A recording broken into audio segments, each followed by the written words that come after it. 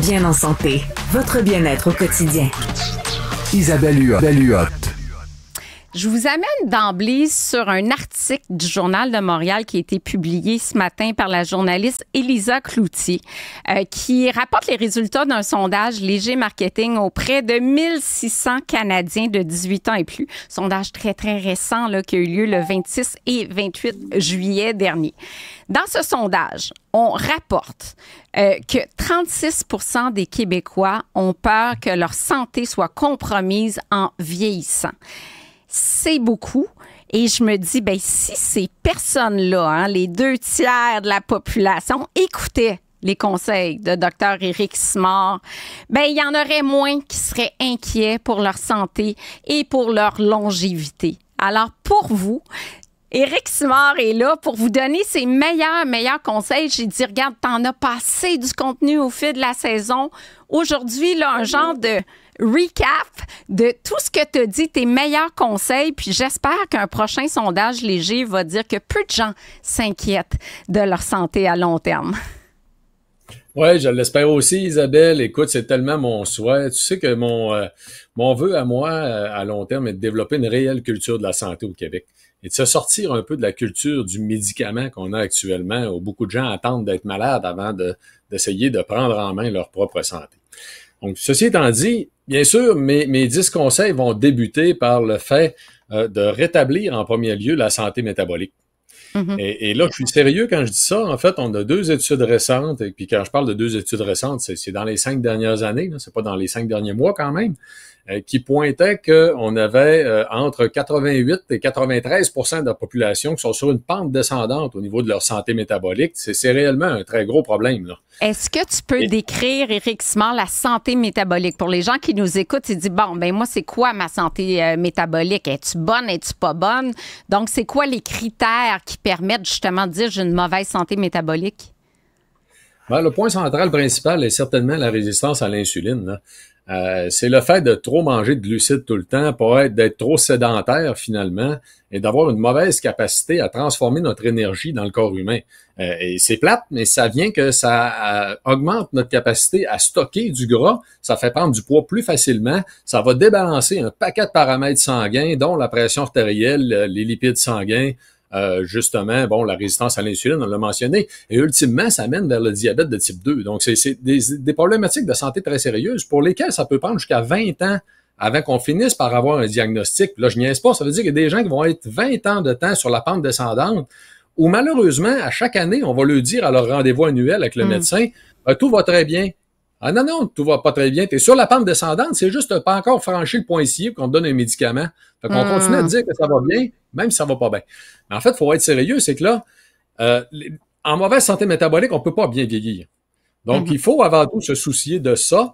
C'est bien sûr l'activité physique, la saine alimentation sont les 2 facteurs principaux en fait de la santé métabolique. Et le maintien, Éric, le maintien d'un poids santé, parce que l'obésité viscérale, on a parlé souvent avec Jean-Pierre Després, que à quel point ça influence la santé métabolique. Oui, la résistance à l'insuline, mais triglycérides élevés, puis une panoplie de symptômes qui vont avec.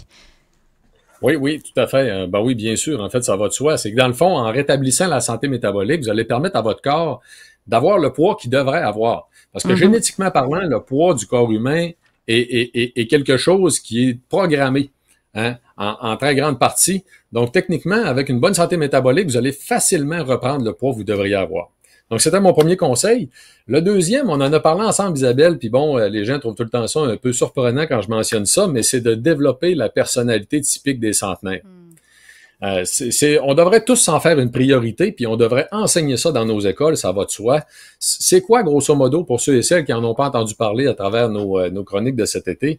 C'est d'exprimer nos émotions, avant tout, d'être capable d'exprimer nos émotions très facilement sans les refouler et d'être fondamentalement positif.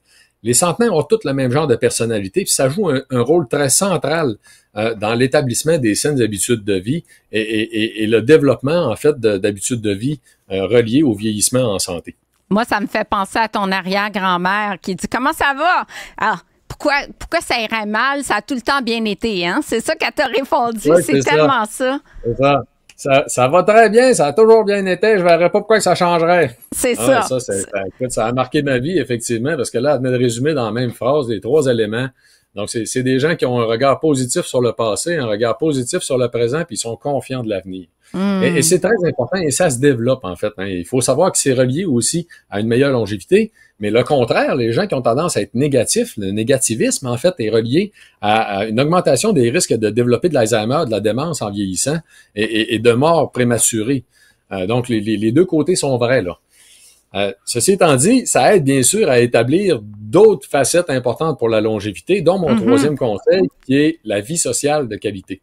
Je l'ai déjà dit, Isabelle, en ondes avec toi, quand on évalue d'un point de vue biologique les impacts, parce que les chercheurs essaient de tout séparer, puis d'être capables d'évaluer les choses de façon séparée pour qu'on soit capable d'avoir une idée de qu'est-ce qui est le plus important. On aime ça, en recherche, on aime bien ça. Quand on essaie d'isoler tous les facteurs, c'est la vie sociale de qualité qui aurait le plus gros impact en longévité humaine. On parle d'un impact plus important que la saine alimentation et l'activité physique, là. Pourtant, on en parle beaucoup moins. Sortir de l'isolement, se regrouper, adhérer à des cuisines collectives, faire des choses socialement, puis ça permet justement de changer peut-être un peu de personnalité si on se met en groupe plus souvent. Puis c'est d'avoir des vrais amis, en fait. L'essentiel est vraiment là, c'est d'avoir des vrais amis, des gens avec qui on se dit les vraies choses. Vous savez, en fait, vous avez toute une idée de qu'est-ce que ça peut, en quoi ça peut consister. C'est ça qui est important. Souvent, ça va être des amis d'enfance avec qui on a des liens tissés serrés depuis très longtemps, qui nous connaissent très profondément, ou encore des membres de la famille. Souvent, ça va être ça. Mais si on les a pas, ben là, tu as mentionné exactement l'essentiel de ce qu'il faut faire. Il faut s'impliquer dans des causes qui nous tiennent à cœur. Il faut faire du bénévolat. Parce que là, on va croiser des gens qui ont les mêmes intérêts que nous, le même genre de valeurs, puis on va être capable de tisser des liens, en fait, beaucoup plus solides, avec des vrais amis. Les gens en couple vivent plus longtemps? Oui, aussi. C'est parce que vie sociale, si t'es seul, c'est plus difficile à ce moment-là, là. Oui, tu as raison, puis c'est drôle ce que tu viens de mentionner là. Imagine-toi donc, en fait, que même les animaux, quand on regarde le monde vivant en général, tous les animaux qui ont tendance à vivre en couple ou encore qui ont une vie sociale établie, c'est tous des animaux qui vivent plus longtemps que les animaux comparables qui sont solitaires. C'est qu'il n'y a pas juste l'humain, en fait, dans ça. C'est hyper intéressant. Ceci étant dit, ça aide aussi, le fait d'avoir une vie sociale de qualité, ça va aider à une meilleure gestion du stress et de la qualité du sommeil, qui est mon 4e conseil. C'est extrêmement important. Et là, encore là, si on dort pas bien, ça risque d'avoir des impacts vraiment considérables, en fait, sur notre santé. Et là, quand je parle de saine gestion du stress et du sommeil, c'est sans médicaments.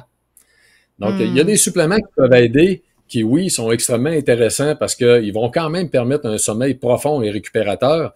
Les médicaments pour l'anxiété génèrent habituellement de la dépendance, de l'accoutumance qui risque de causer plus de problèmes à long terme. Et je rappelle, Éric, on a fait un épisode là-dessus. Donc, on a, je pense, tes 10 meilleurs conseils pour mieux dormir. Bon, la routine du sommeil, les suppléments. Donc, j'invite vraiment les auditeurs à aller rechercher cet épisode-là parce que c'est vraiment ultra pratico-pratique, là. Oui, tout à fait, en fait. Puis bon, on est allé jusqu'à donner même un conseil qui m'est venu de naturopathe, qui est vraiment extrêmement intéressant, hein, qui est de faire attention à la pression qu'on se met de nous autres mêmes, en fait, hein, sur nos attentes par rapport au sommeil.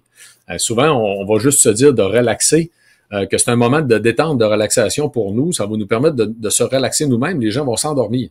Versus le fait qu'ils sont tellement stressés de bien dormir, généralement, qu'ils ont de la misère à s'endormir. Fait que si on regarde mon 5e conseil, c'est de faire de l'activité physique de longévité. Qu'est-ce que je veux dire par là? C'est que il faut considérer dans l'activité physique qui est bonne pour la longévité le fait qu'il faut varier, il faut être diversifié. Je veux dire, les gens qui vont juste prendre une marche, c'est une bonne affaire, c'est un bon début, c'est mieux que rien. Mais de l'activité physique de longévité devrait inclure à la fois de l'activité aérobie, qui peut être de la marche rapide, une activité d'intensité, qui là, il peut être du vélo, de la course, des activités de musculation pour garder la masse musculaire et des activités d'équilibre. Donc, très important, l'équilibre en vieillissant. Hein? On en a parlé beaucoup avec notre kinésiologue cette année. Ouais. Oui, tout à fait, parce que là, un jour, en fait, ce qui va arriver, c'est que vous allez vous enfarger à 80 ans dans quoi que ce soit. Et là, vous allez avoir un challenge important parce qu'il faut récupérer la situation avant de tomber au sol pour éviter justement de fracture de la hanche qui, elle, risque d'entraîner un décès. C'est extrêmement sérieux tout ça, en fait. Et la meilleure façon de prévenir ça, c'est bien sûr de garder une grande variété au niveau de l'exercice que vous faites, en fait, puis de considérer les exercices d'équilibre. Le point 6. Ouais, mon 6e conseil, restez actif sexuellement. Ah, c'est la première fois que tu parles de ça. Let's go, c'est ta dernière. On t'écoute avec intérêt. Ouais, c'est que d'un point de vue biologique, puis là, vous allez voir, c'est un peu théorique mon affaire, mais je trouve ça extrêmement intéressant de vous en parler, c'est que en biologie, tout ce qui ne sert pas disparaît. Et c'est une réalité, là. Et là, on peut très bien comprendre que on a beaucoup d'éléments à l'intérieur du corps humain. On connaît en fait ce qu'on appelle le wild power en anglais, ou ce que c'est la force de vivre, si vous voulez, qui est un instinct naturel de survie. Ben techniquement, en fait, on est sur la planète pour se reproduire, en fait, puis perdurer. Ben à partir du moment, et puis là, en fait, je vais vous donner une autre petite citation qui vient de moi-même là. Toute petite bête en santé est une petite bête qui veut se reproduire. Hein? Donc, ça fait réfléchir au fait que techniquement, notre raison d'être sur la Terre, c'est de se reproduire. On devrait techniquement continuer à vouloir le faire toute notre existence. Et si ça vous tente plus aujourd'hui, c'est possible que ce soit tout simplement un signe que vous n'êtes pas suffisamment en santé pour que ça vous tente encore. Et ça, c'est une réflexion à avoir personnellement. Je vous dirais, là, moi, ce que je dis habituellement, c'est que quand le radar bip pas, ben, ça commence à être inquiétant, là. On a l'article que je citais tout à l'heure, Éric, ici, là. Plus du tiers des Québécois croient qu'ils qu'ils vont pas vieillir en santé. Très intéressant. On aurait pu en faire une chronique complète, ça, sur ton 6e point. Mais là, il faut que tu me dises en rafale, là, il reste juste 1 minute. 7, 8 peut-être, là, choisis les meilleurs parce qu'on n'aura pas le temps, malheureusement, de se rendre à 10. Oui, allons-y rapidement. Ben écoute, sans trop expliquer ce que c'est, les gens vont comprendre. Bien manger et ne rien manger. Hein? Donc, autant que l'alimentation est importante, que d'avoir des périodes sans manger le serait aussi. D'un point de vue longévité, en fait, il y a une clé là qui est intéressante. Donc, on parle de jeûne intermittent notamment et gyrosuppresseur. Oui, les gyrosuppresseurs, en fait, pour les gens qui veulent éviter le jeûne en tant que tel, est une façon d'aller stimuler les mêmes mécanismes d'action au niveau de nos cellules. Donc ça, c'est une belle solution, en fait, pour les gens qui, peut-être, le jeûne ne pourrait ne pas être pour eux en tant que tel. Et 9, c'est moduler le système secondaire. On n'a pas eu le temps d'en parler beaucoup, mais tu en as parlé avec J.C. Poirier, hein, la thermothérapie, ces choses-là, faire de l'exercice de haute intensité. Et 10, hein, c'était d'être bon dans tout, de tout faire. Parce que c'est la clé des centenaires. Ça fait que là, c'est un peu plate ce que je vous dis là, mais tous les conseils que je vous ai donnés, il faut pas choisir là-dedans. Faut considérer d'être bon que la dans vie... tout, c'est difficile, Éric, mais de faire plein de choses sans se mettre la pression d'être bon, ça me plaît davantage. Éric, je rappelle que ce soir, tu as un gros webinaire, 3 000 $ de prix à gagner. Oui. C'est ce soir que ça se passe. Il faut s'inscrire sur vitoli.ca. C'est ta grande soirée. Oui, tout à fait. Dans le blog, vous allez trouver un texte qui parle de la soirée de lancement de ce soir, en fait, des webinaires présentés par Avril et Vitoli. Donc, c'est ce soir que ça commence, 19h sur Zoom. Parfait. Merci infiniment, Éric Simard. On peut te suivre également sur simard.com. Merci pour tout. C'est un grand plaisir. Bonne journée à tous.